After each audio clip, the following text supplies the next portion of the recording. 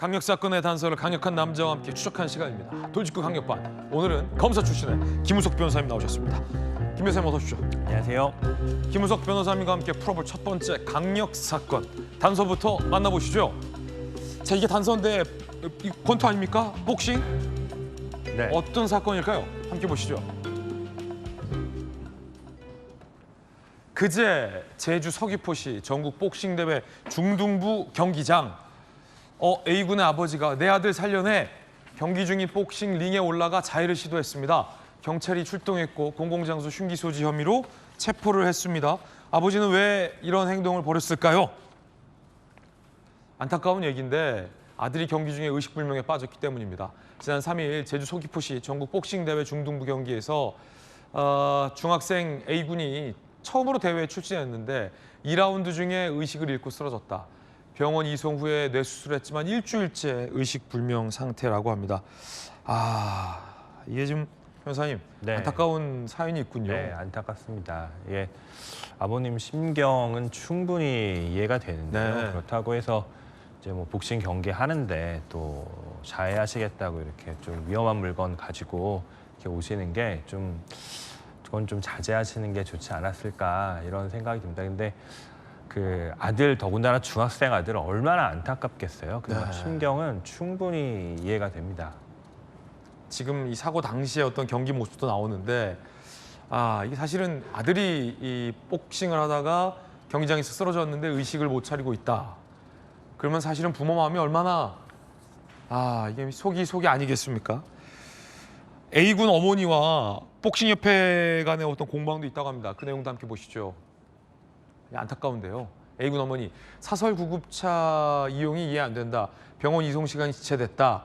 1라운드에서 일방적 공격을 당해 다운. 2라운드 시작 때 동경 풀렸는데 경기를 강행시켰다.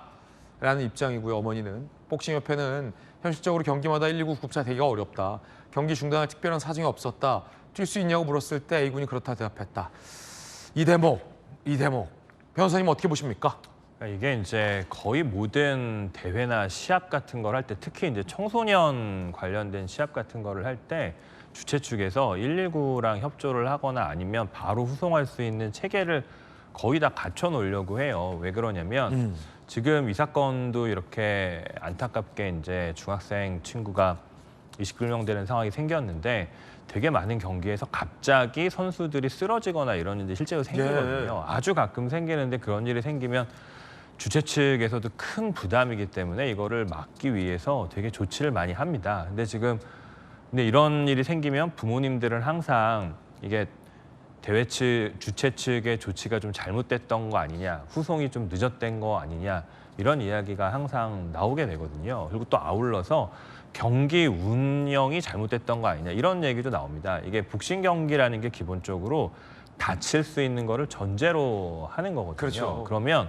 원래는 사람을 다치게 하면 안 되는 건데 스포츠 경기라는 곳에서는 특히 복싱에서는 다칠 수 있는 거를 허용하는 겁니다. 이게 이제 사회적 상당성이라는 관점에서 사람을 때리면 상해인데 스포츠 경기이기 때문에 위법성이 없는 이런 식으로 진행이 되는 거거든요. 근데 이런 사람을 다칠 수 있는 경기를 할 때는 안전 배려 의무라는 게 있어요. 그래서 경기를 운영하는 주최 측에서 이거 더 이상 진행하면 안 되겠다. 그러면 이제 시합을 그 선수가 싸울 수 있다고 해도 중단시켜 버리겠다고 그러잖아요. 이게 이제 안전 배려 의무에 터잡아서 그런 것들을 하는 거거든요. 그럼 이 사건에서 과연 그런 건 적절했는지, 그리고 그 의식불명된 중학생 친구를 병원으로 후송할 때 적절한 조치가 있었는지, 이게 당연히 부모님 입장에서는 정말로 마음이 아플 겁니다. 네.